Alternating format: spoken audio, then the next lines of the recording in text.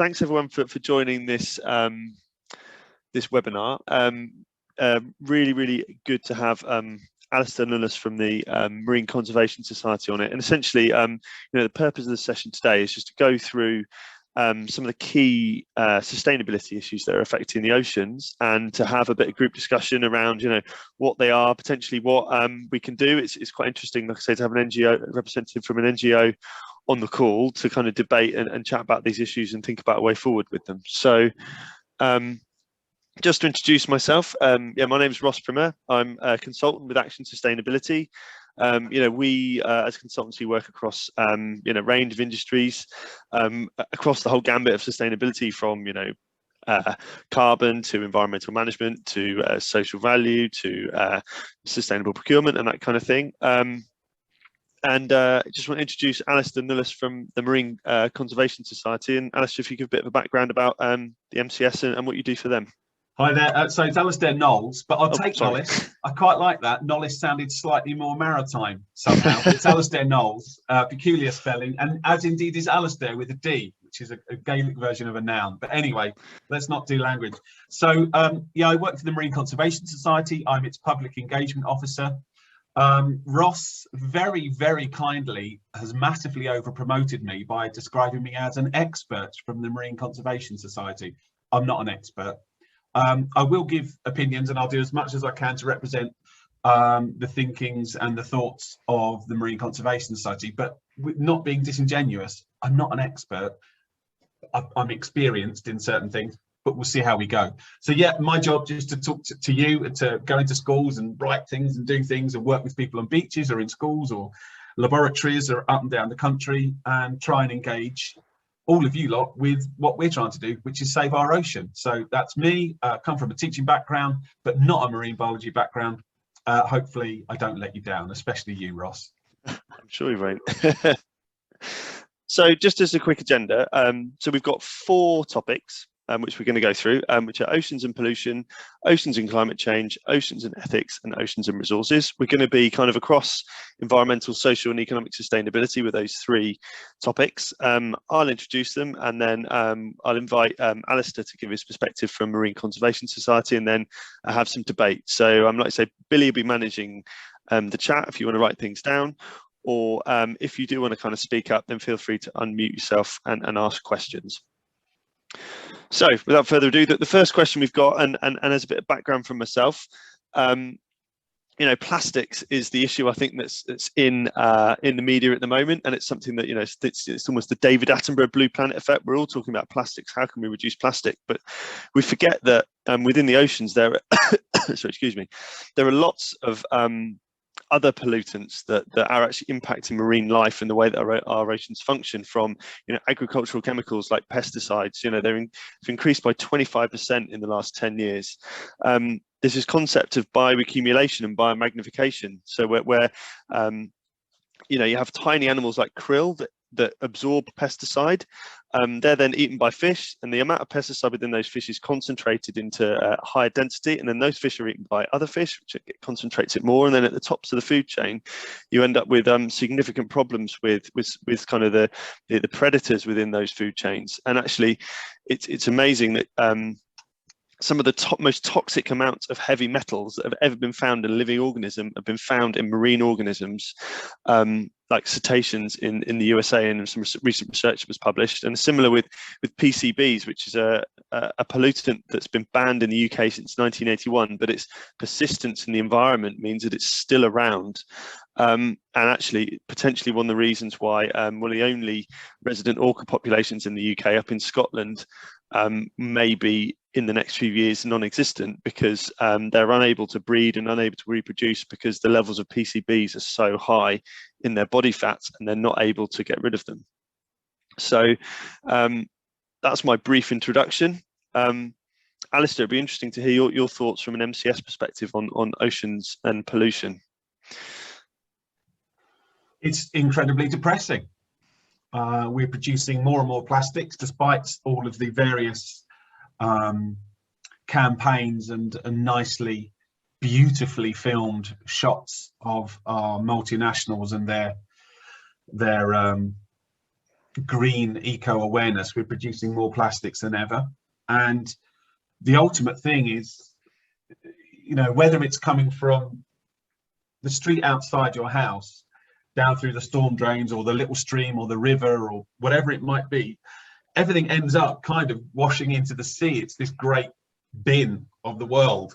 I mean, it's most of the world. It's about 72% of the world, as we know from being at school. And of course, due to climate change, that 72% is going up. So yeah, goodbye London, I suppose. But it's incredibly depressing. We see more and more of it.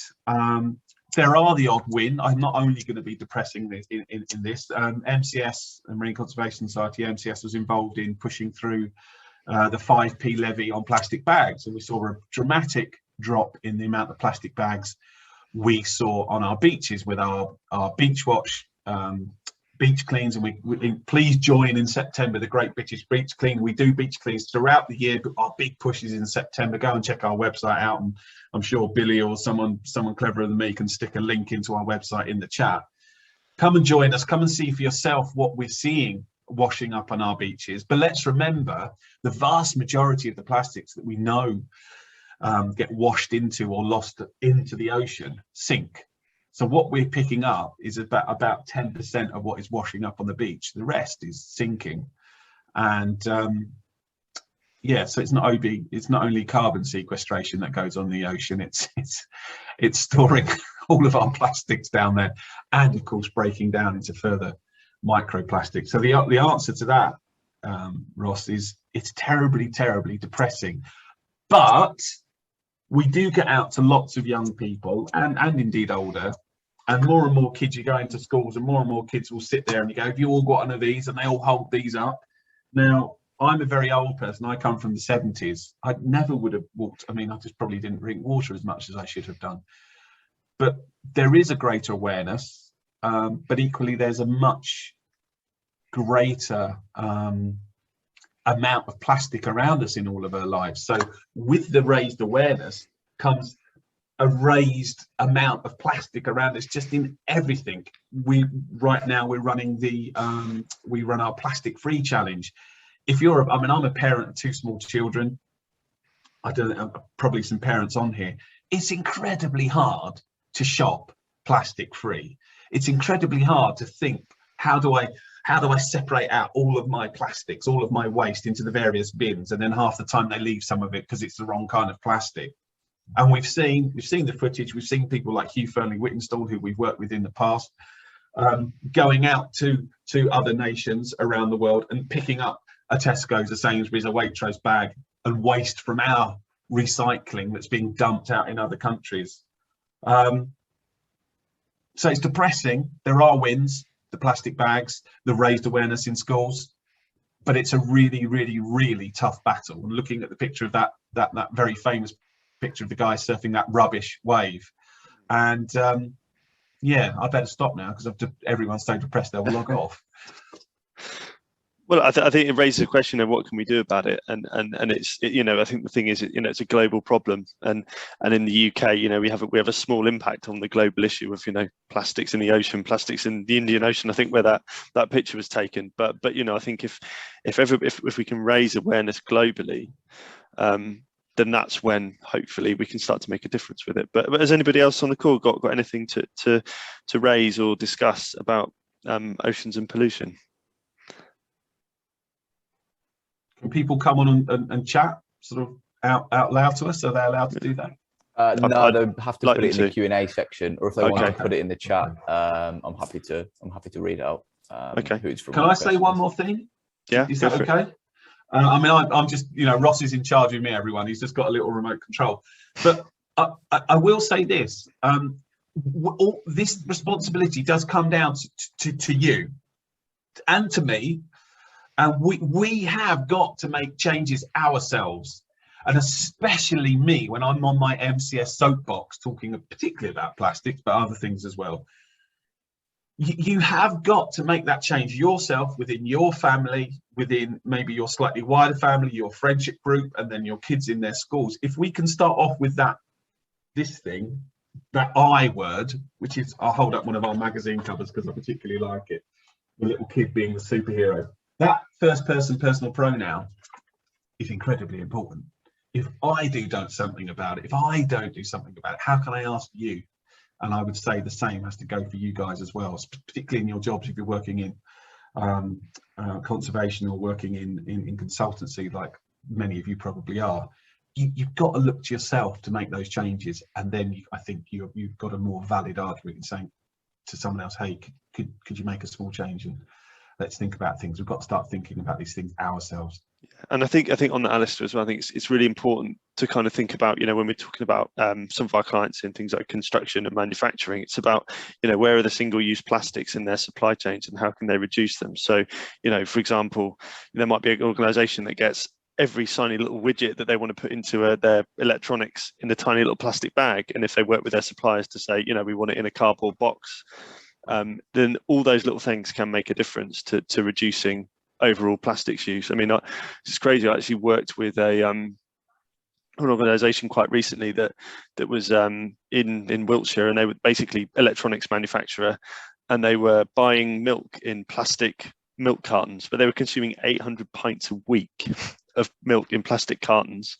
And a really simple solution, it was like, okay, why don't we get glass milk bottles from the local dairy and use that? And, you know, they built this fantastic relationship with the local business now. They've actually got milk cheaper than they were getting it before, because they were just getting it from a national wholesaler in plastic things, and it's saving them about 1,000 tons of plastic a year. I mean, so it's those simple things that you can do to try and reduce your use of plastic that can have a really big impact. Yeah, I mean, you know, Keynesian economics, if there's more of a shift to trying, or at least give it a go for a week or a month of buying your milk in glass, the cost will come down. It is more expensive to buy your milk in glass, and then of course it's heavier and all these kind of things, and there are plus and minuses to it. What we must do is reduce our plastics. I think there are simple wins if you can afford it on a little electric. I mean, don't forget, I'm from the 70s. We had electric milk carts back in those days, chugging along, coming up and delivering our milk bottles and recycling those. There's a couple of questions I'm going to come back to in a second, if that's okay, Ross. I don't know if I'm allowed to do that, but I kind of wanted to try and answer a couple of questions that from C. Bauer and Nikki. But, yeah, sorry, I can't actually see the questions. Alisdair, because I've got the PowerPoint up, so I didn't realise there were any questions. Sorry, so yeah, I mean, I can't actually see them. I mean, I don't want to take over, but can I try and answer some of that? Yeah, no, absolutely. So, absolutely. Nikki, hi Nikki, how you doing? I don't know. I'm really sorry. I don't know what DNV is. If it's some massive government thing that I really should know, I so apologise. I don't know what that acronym is. So please come and tell me what that stands for. But no, it's really interesting about this idea of marine recovered plastics. And you see Adidas, you know, we're making our football kits for Bayern Munich and Liverpool, and, you know, out of recycled ocean plastics. There's a really bizarre thing where there's now a premium on marine recovered plastics, to the point that I was chatting with Dr. Laura Foster, one of my colleagues at MCS, that in places in the world that people are taking plastics that they find in a terrestrial environment, netting them to put them into the sea so they can call them marine recovered plastics, because there's a premium on saying we have made our product out of plastic taken out of the ocean. So what that really tells us is, one, corporations will absolutely jump on anything to make a sale to me and to you. But the ultimate answer to that is going back to the milk bottles. We've got to cut down on those plastics. We as the consumer have got to pressurize the multinationals, Coca-Cola, whoever they might be, into using far more recycled plastics, much less virgin plastics. And you know what, just use less of it, because there has been, sadly, through economics, a premium now being placed on marine recovered plastics, which is just appalling when you think about it. So a bit of an answer. And then there was something, Reef say sun cream is really important. And don't forget, we do get reefs around the UK. And of course we get reefs around the UK, including coral. Not so much coral reefs, we get coral, we get reefs. Coral reefs, maybe not so much, but we do have corals around the UK, perhaps not quite like you would see in the Red Sea or off of the east coast of Australia. But there are much safer things to use. I mean, I use a company called Green People. I'm not here to promote anyone. It's just something I use. I only really came to know them through working at MCS, and their stuff goes on really thick and stays on well. I mean, my wife doesn't love it, but I like it, and I put it on the kids because we're in the water. And yeah, sun creams could be a real problem, particularly if you're out abroad diving where there are hard and soft corals very near the surface, which most corals do grow near the surface. So do look at those reef safe sun creams. It is important to do, and I know some of the dive charters, some of the liverboards around the world are starting to say to people, please don't be using this particular type of sun cream on our boats. We will provide you with sun creams that are far more reef and water safe. So I'm glad people are bringing up things like that. So well done. I use Green People. Go and do your research. I mean, their stuff is good. It stops me burning too badly as a ginger. So but good that you're thinking about it, especially when you're on holidays, but also including in the UK. Okay. Now I'm conscious I would like me to move on to the next topic, but like I say, I can't see the question. So Alisdair, if there's one more question you want to answer quickly, I'll let you. I don't think I will cut my talking down. I think Nikki, Ciboa. I can't really see any more in there unless something's come into Billy. But okay. Yeah, sorry, I'm trying to give a few answers. That's all right. No, let's move on. So next topic, again, we're whizzing through, but oceans and climate change. So just as a brief introduction to this, you know, at the moment, the ocean is our biggest carbon sink. So that means, you know, it's the biggest net absorber of carbon dioxide on Earth, and it's actually absorbing about 25% of the CO2 that we're producing. But you know, due to various kind of chemical processes that happen in the ocean, but actually we don't know how much longer that's going to happen and how much longer this carbon sink is going to sustain. Because one of the issues is as the ocean actually absorbs CO2, it creates carbonic acid, which makes the ocean more acidic, and that actually makes it harder for many marine organisms to produce the calcium carbonate shells that they rely on, so corals and shellfish and all that kind of thing. And actually if organisms die and then they start degrading, then that can create methane, which then increases carbon dioxide. And then also within the ocean, obviously, as warming increases, it actually shifts populations. So fish that we might have, you know, normally associated with UK waters, like cod, are actually moving north. They're spawning further north, as you know, because they need colder water for that to happen. You know, we're also seeing in more tropical areas, you know, in places like Portugal, they're actually catching more subtropical species as ranges of species shift. So, you know, the climate change in the oceans is a massive frontier, and it's something that you know, we need to consider. Alisdair, it'd be great to get your views on that as well. We talk about Portugal, which is some way south of us, not hugely, not far for a walrus or a whale or a great white or an orca to swim to Portugal. We catch year round around the UK. You can catch something called a grey triggerfish. That is a tropical fish. You can get those year round off of Cornwall and Devon in the UK. I was in Tenby last week, very lucky to have had 5 or 6 days of holiday over there. My gosh, the water temperature, unbelievable. It was kind of great because my small children got in, and even my wife went for a paddle, which is fairly remarkable for her to go anywhere near the water in the UK because it's normally so cold. Cold water, of course, carries more oxygen, it carries more life. So yeah, cod is shifting north, and those fisheries are going north. And of course, I mean, again, the flip and the yin, the yang, and certain other species are coming up into our catchment areas. So when we normally think about these things happening over epochal time. These changes have happened in my lifetime, and I'm still in, you know, sort of mid-40s. You know, these things have happened, massively changed in my lifetime, which is not hugely longly lived. I mean, it's getting there. The change over David Attenborough's lifetime, astonishing. This is happening now, and the ing is only getting quicker and quicker and quicker. So exactly as you mentioned, Ross, you know, it has an economic effect on what we catch and what we can't catch. And of course, it's going to have an effect on the stresses that the heating of this planet and the heating of the water places on these habitats and species as well. The planet and the ocean will survive. Absolutely, there's no question about that. Don't worry about climate change. The planet and the ocean will be absolutely fine. The only problem is it won't be this iteration of the planet and the ocean. It won't have the megafauna and the phytoplankton and the corals and us. We'll be gone. We'll be ground into dust, and carbon return to the atmosphere somewhere.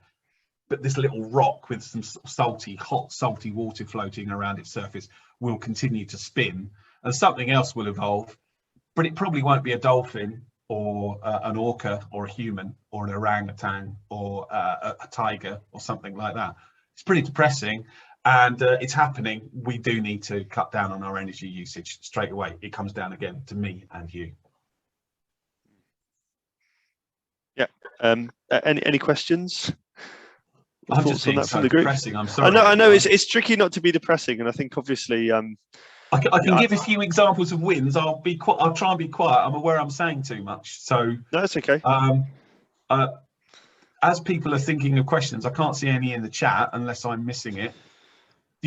There is research going on into trying to find corals that will cope with higher temperatures, and there have been some wins with finding more and more species of coral that can cope with higher temperatures and a slightly different chemical balance in the waters that they live in. But what I would say in regard of that is what we as a species always want to do is we want to technology our way out of a problem. But what we need to do is rethink and reduce our way out of a problem. I don't want to think of 20 new technologies that help fight climate change. I want to think of the technologies that have created climate change being reduced, their impact being lessened. So yes, technology is important, but we can look much further back into much easier wins to talk about if we reduced what we do with the existing technologies, we can have the same effect as trying to come up with a new one. I'm not saying don't study and don't research and don't aim for the moon, but what we definitely know when we look in the universe for life, there's definitely life on this blue planet, much of which we don't understand, especially down in the hadosphere, down in the bottom of the ocean. But let's reduce and rethink and recycle and reuse our way out of the problems we've created, rather than kind of invent something completely I think one new. thing I'd add to that is it's really interesting when you look at obviously carbon offsetting is a big thing at the moment, and when you think about the carbon hierarchy, obviously offsetting is that last resort. If you haven't stopped emitting carbon in the first place, if you are going to emit carbon, you need to look at offsetting it. But one of the best carbon sinks is actually seagrass, and actually there's a lot of research at the moment going into kind of marine carbon credits and how seagrass is actually potentially a better carbon sink than certain types of forests and even tropical rainforest. No potentially about it. It is. Yeah. It's not potentially. It is. Yeah. So again, I think this it's really, really interesting. We need to kind of think about our planet as one system, not these separate kind of habitats all around the world. And actually, the oceans has got a really key part to play in. If we can restore habitats, if we can look at ways to kind of work with nature to reduce our impacts on the Earth from climate change perspective, then there's a part to play there. We work on seagrass. Is an absolute superhero. Seagrass is something like 25 times better at storing carbon than woody terrestrial plants, trees. And yet, really interestingly, there was a question from Thomas Williams. I'll try and give you a bit of a steer on that in a second, Thomas. Really interestingly, when even you see leading scientists from say the UN talk about climate change, what they always talk about is the Amazon rainforest. I love the Amazon rainforest. I hope Bolsonaro gets taken to court and put in jail for a long time. He's an absolute criminal, and he is destroying that country. And it's the ownership it has of its bit of the Amazon, which is the majority. But the Amazon rainforest, when you think about it, is quite small. When you think about it, most of the Earth is ocean. It should be planet ocean, not planet Earth for a start.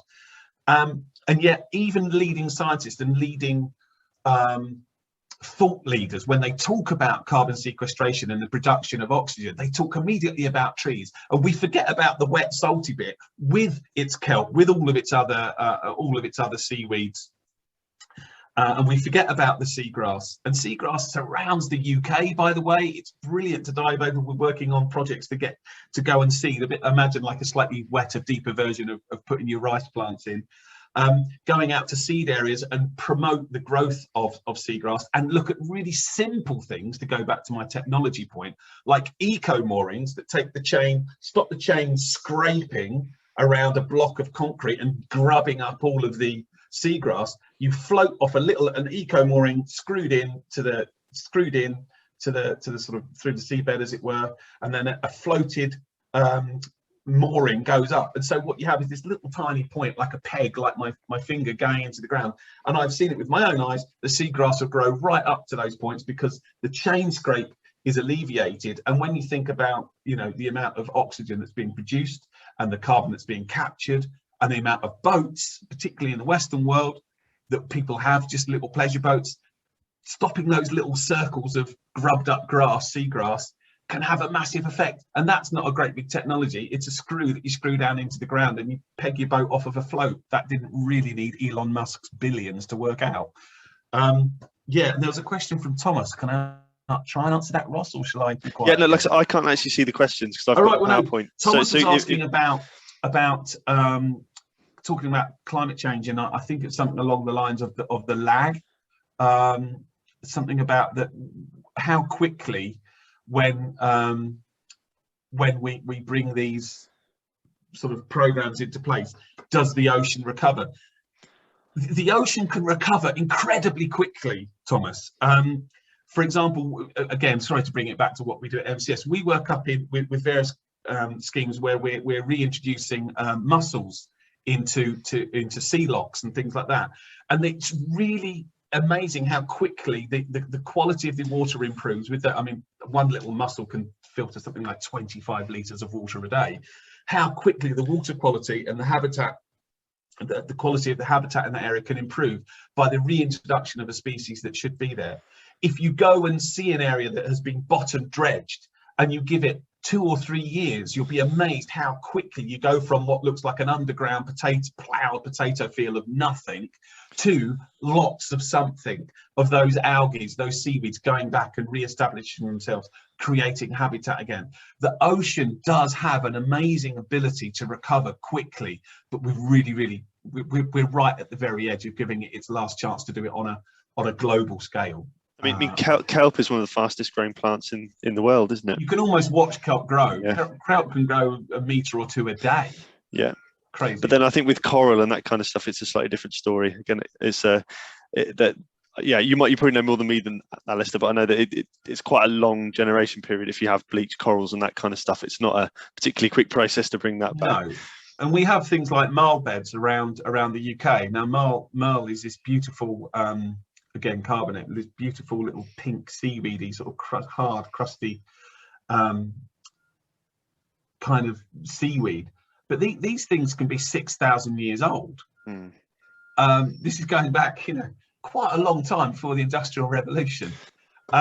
So it's hard to answer questions about the lag time that oceans can recover fully and like, maybe the temperatures start to come back down and we see less acidification. It's going to take a long period. But what I can say is that you do see projects that if you stop dredging in an area, ocean habitats can recover quickly. If seagrass is introduced into an area and you create a good quality seagrass meadow, build it and they will come, recreate it and things will come back. So it can happen quickly. It's quite hard to answer questions about just how long the planet globally can recover from the climate emissions if we reduce them. What we do know is that we've got to make reductions rapidly, starting 70 years ago. But yeah. Right. With that, I think I'm going to move on to the next topic. Unless there's any further questions on the chat that you'd like to answer, Alisdair.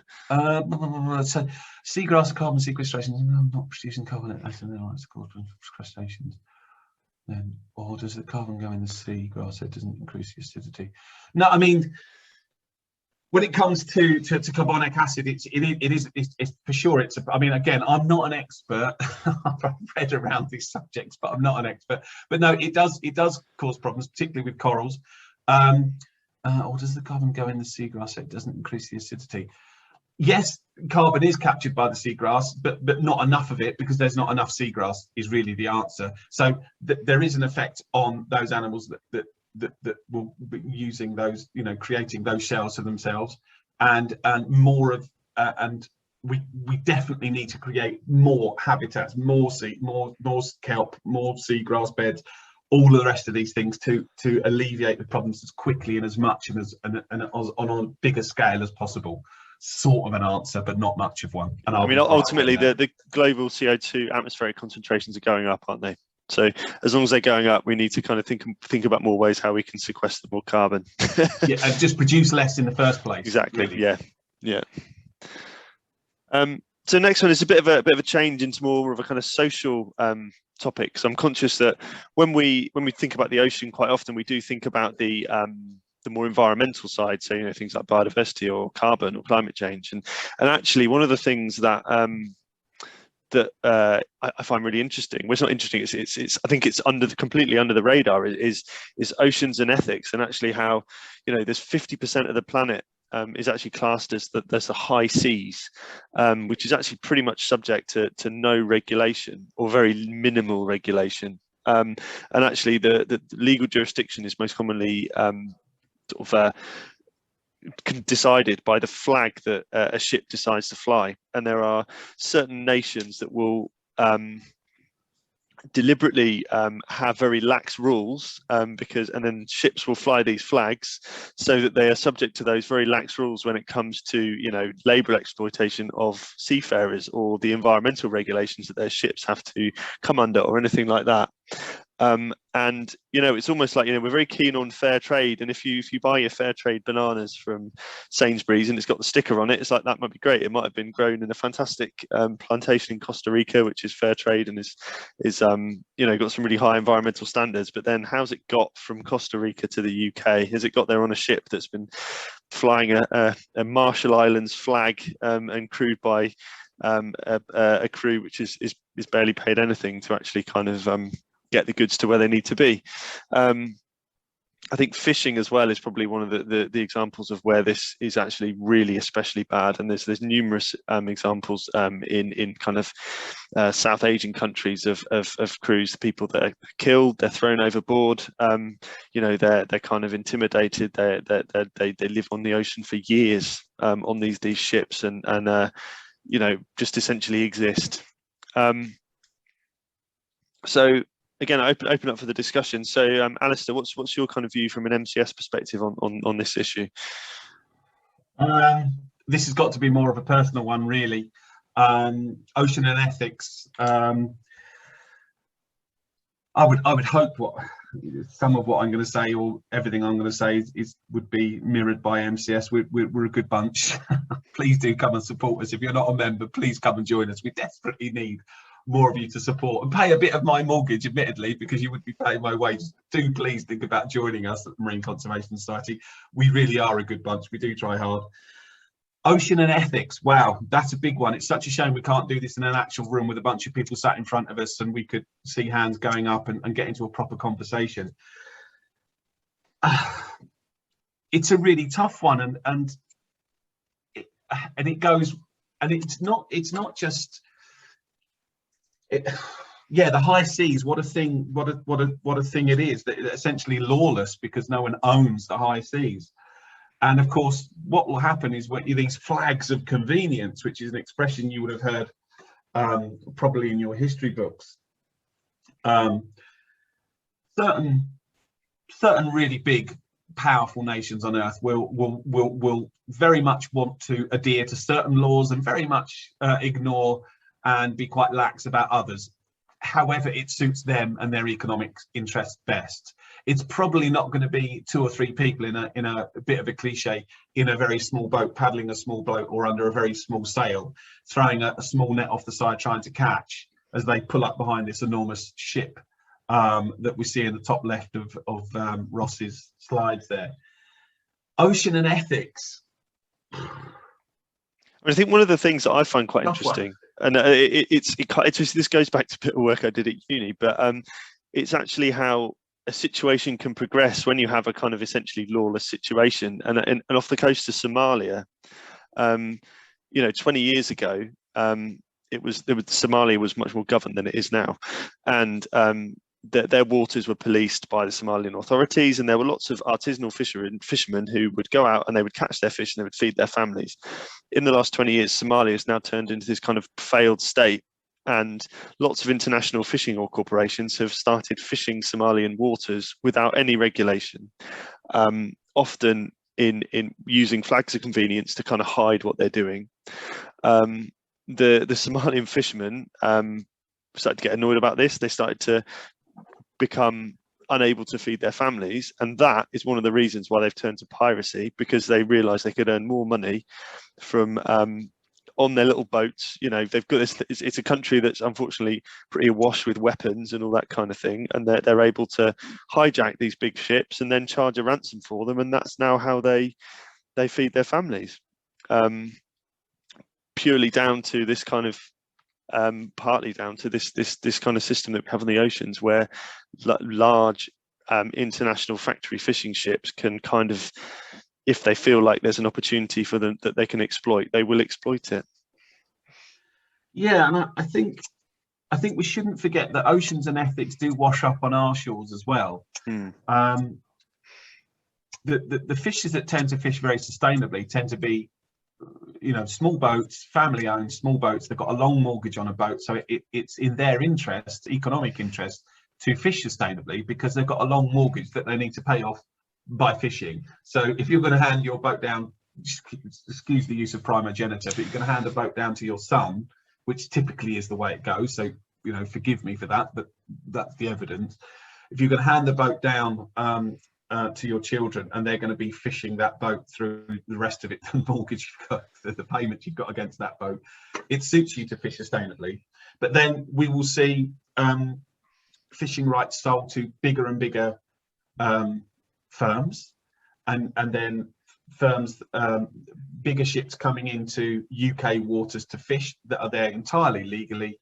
So there are ethics that wash up on our shore as well, and I think it comes back to maybe a really, really big picture of looking at the ethics of our ocean. About one of the big things we talk about at MCS is we've got to stop taking as much out of the ocean.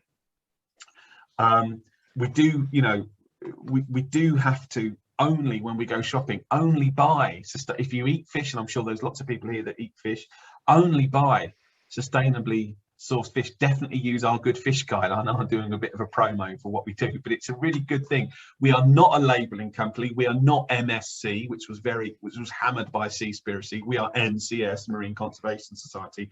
The transposition of the acronym is easily made. Go and download the Good Fish Guide to your app. If you can't find fish that you're pretty sure, from looking at the evidence that we've helped provide to you, if you can't be sure that fish and that fishery is sustainable, don't buy it. And that's an ethical thing. We've got to look to our own ethics as well. I mean, I'm sort of going in and out like some kind of giant jellyfish at the moment, from the really huge sort of talk about the high seas. About 46% of the planet are high seas. To you going shopping and thinking, what shall or shan't I buy, or what shall I shan't I buy in the fish and chip shop on a Friday night?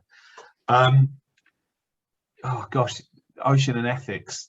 It's a big place and it's a big topic. How much time have we got? Should we do it 4 hours? Should we do it 4 hours? I'm conscious. I think I'm trying to not in the talk chat at the moment. There's a lot to say, and there's a few things we've missed out in the chat. So sorry, guys, but I'll be quiet until Ross says go again. Well, like I said, Alisdair, you've got a better view of the chat than I have. So are there any questions in the chat? Well, no, there's. I mean, it'd be interesting to know. I don't know how many people can come in and do like a little quick poll. How many people did see Seaspiracy?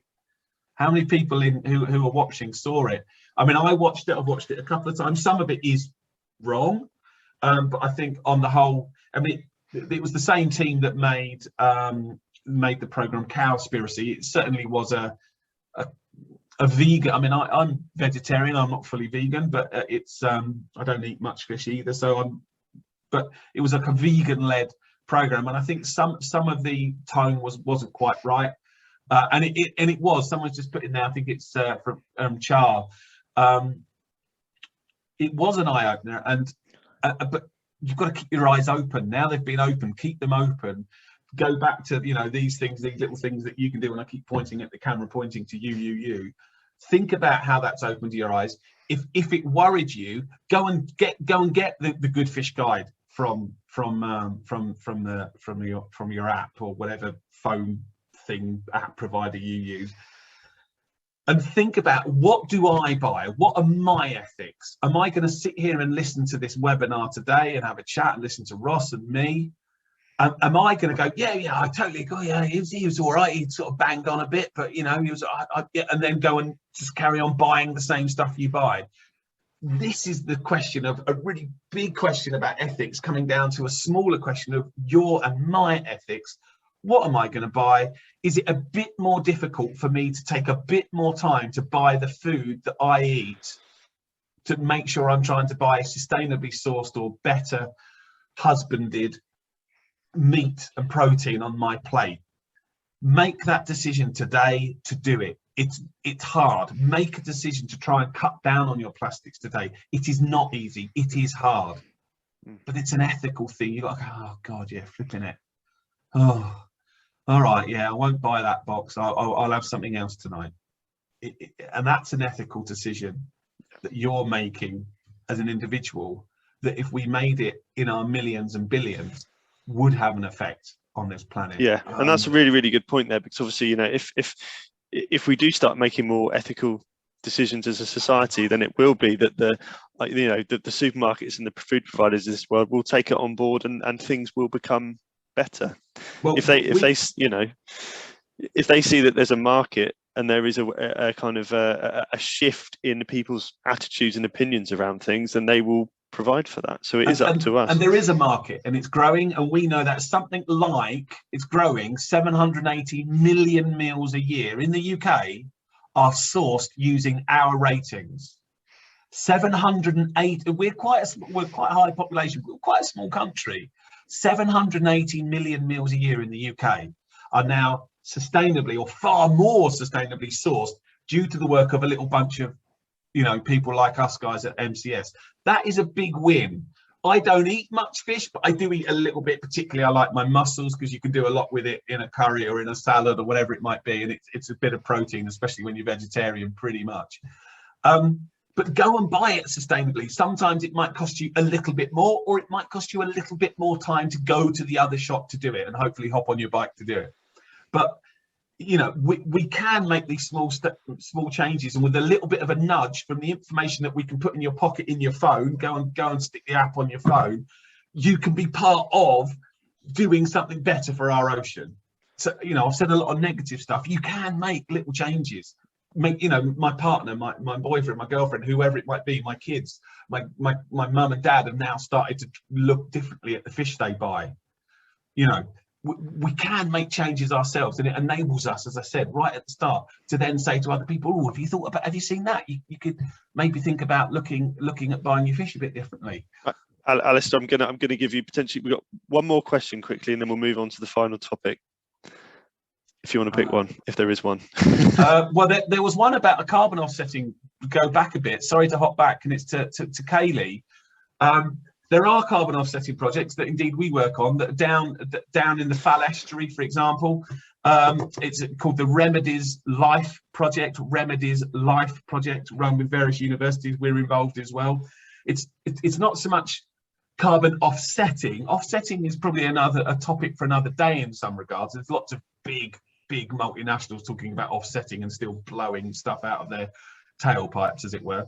But it's a seagrass meadow creation project, which just by being created will capture carbon, if not an offsetting program. So as regard of carbon offsetting and seagrass, I'm not sure, but there are seagrass projects going on. There's a quick one, and again, I'll try and be quiet.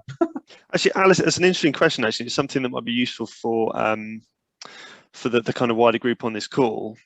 And I'm gonna throw something because I'm not actually 100% sure. But is biodiversity net gain anything that you've been involved in with those projects? Because I know they're looking at biodiversity net gain for marine environments, but I'm not actually sure if it's been if it's part of it yet. It's not something I've been directly involved with. It's something that clearly needs to happen. Yeah. And we've lost a massive amount of biodiversity. And I take you back to the expression I talked about. If you've ever seen, I'm saying this because I'm thinking maybe there's not people that have dived or free dived to see a sea dredged seabed. If you've ever driven past a field of potatoes that's been taken, you just see this kind of sort of chevroned grey field of nothing. Basically, it's exactly the same when you go and see a dredged seabed. The biodiversity loss is pretty much complete.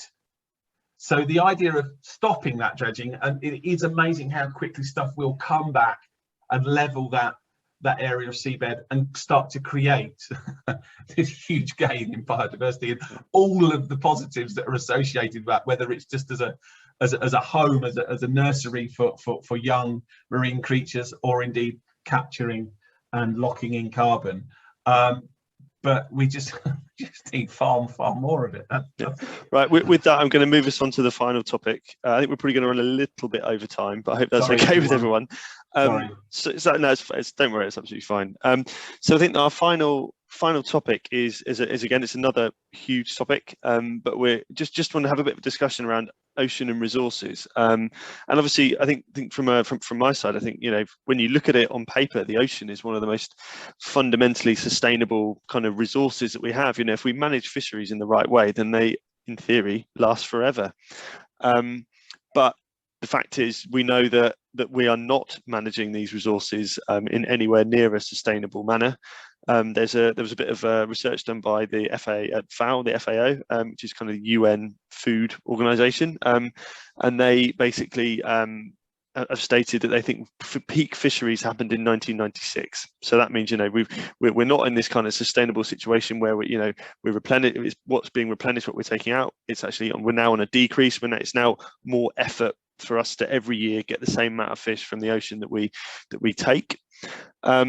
But on the flip side, you know, there are new technologies like, you know, wind. It is an amazing thing. Now, wind power is one of the most cost-effective ways in the UK for us to generate energy. And actually, you know, there's also some amazing biodiversity benefits potentially from wind power and aggregation effects of foundations of wind turbines and that kind of thing.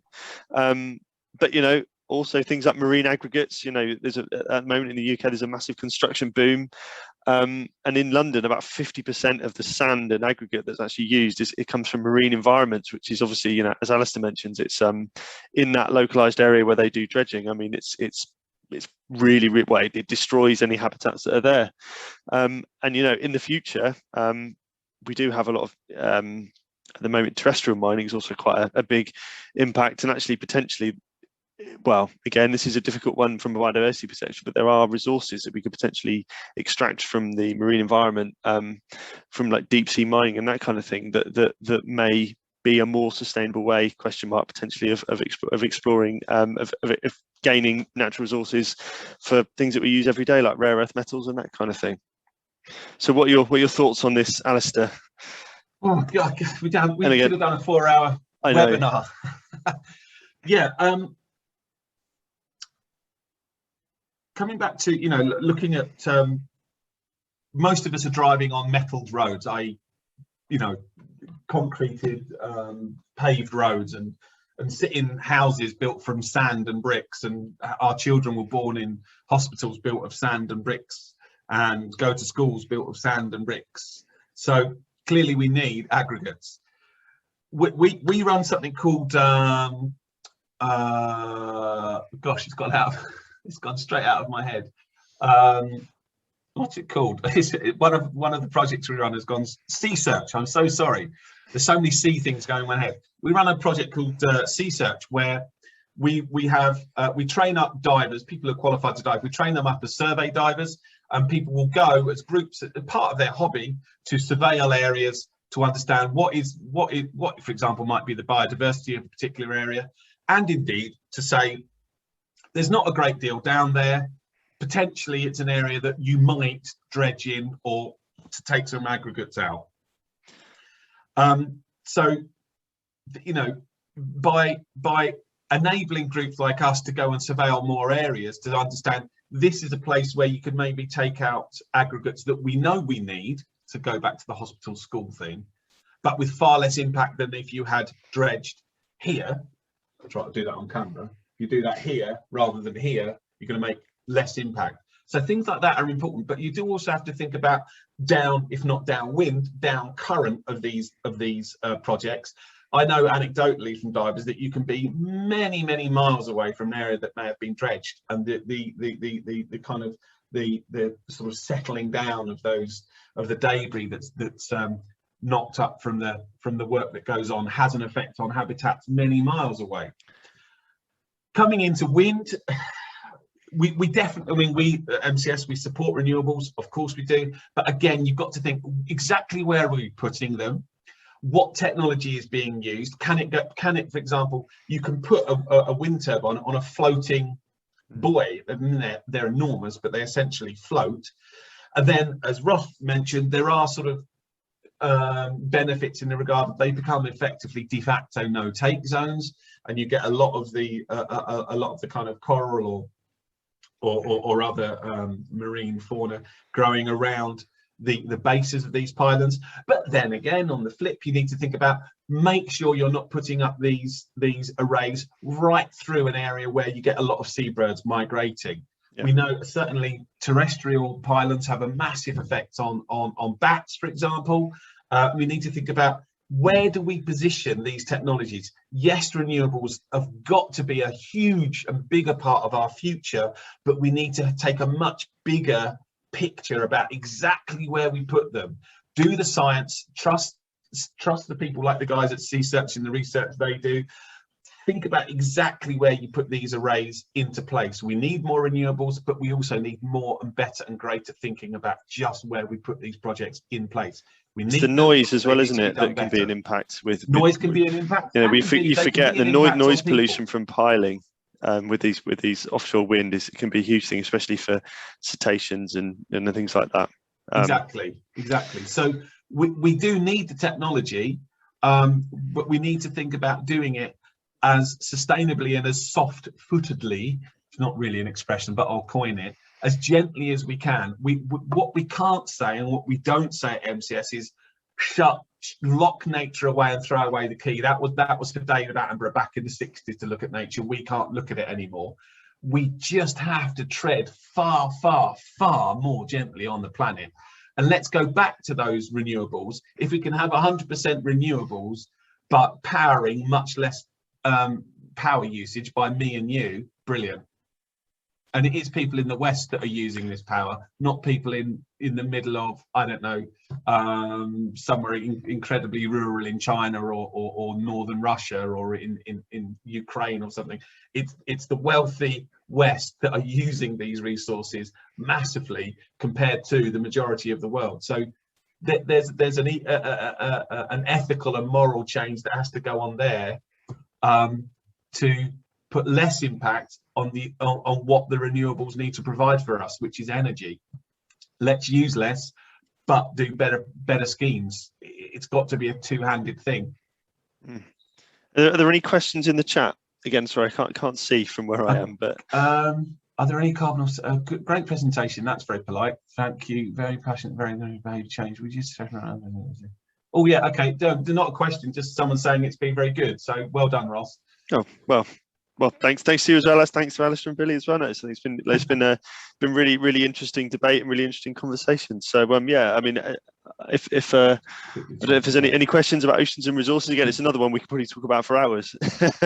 So there's just a quick one about apps from Chelsea. Are there any apps that you're aware of that you can help track those sustainably sourced foods, plastics internationally?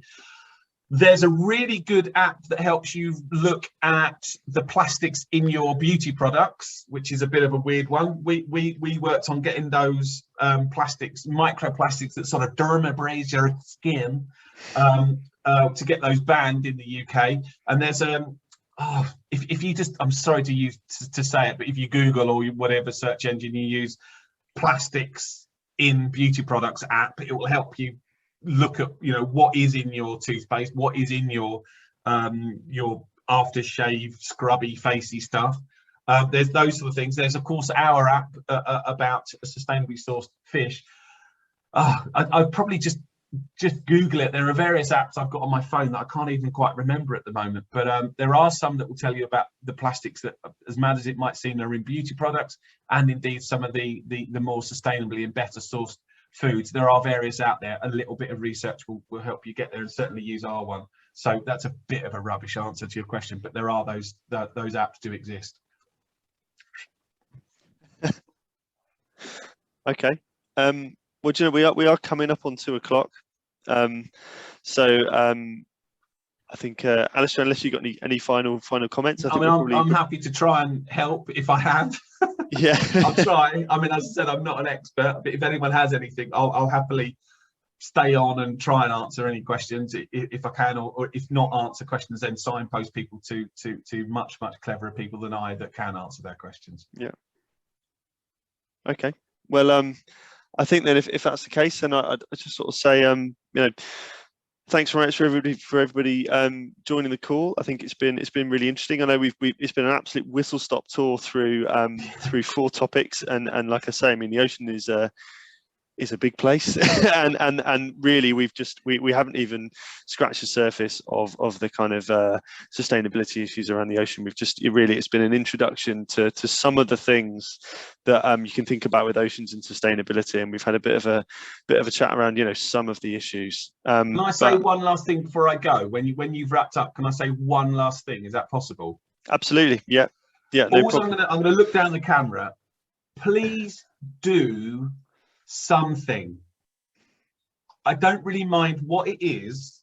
You've probably all got one of those when you go to the gym, and I know we can't reuse our reusable cups at the moment in coffee shops, so maybe just take a flask with you and don't buy a coffee for a couple more months.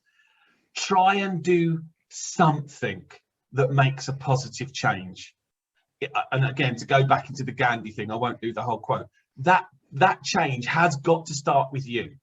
And I know it also has to start with me. Make a positive change. Planet, ocean, positive change. Do something. That's it.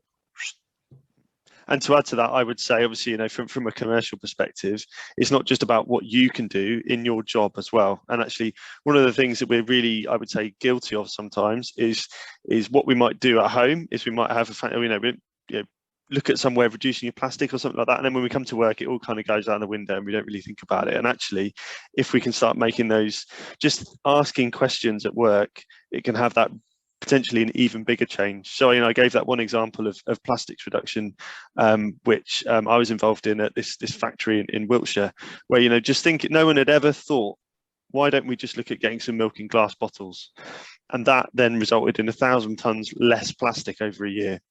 So, you know, what you do in your own life, if you then have an idea at work or something like that, then, you know, have a word with your colleagues. If you've got a sustainability team, have a word with businesses and do help people do this for free. Yeah, no.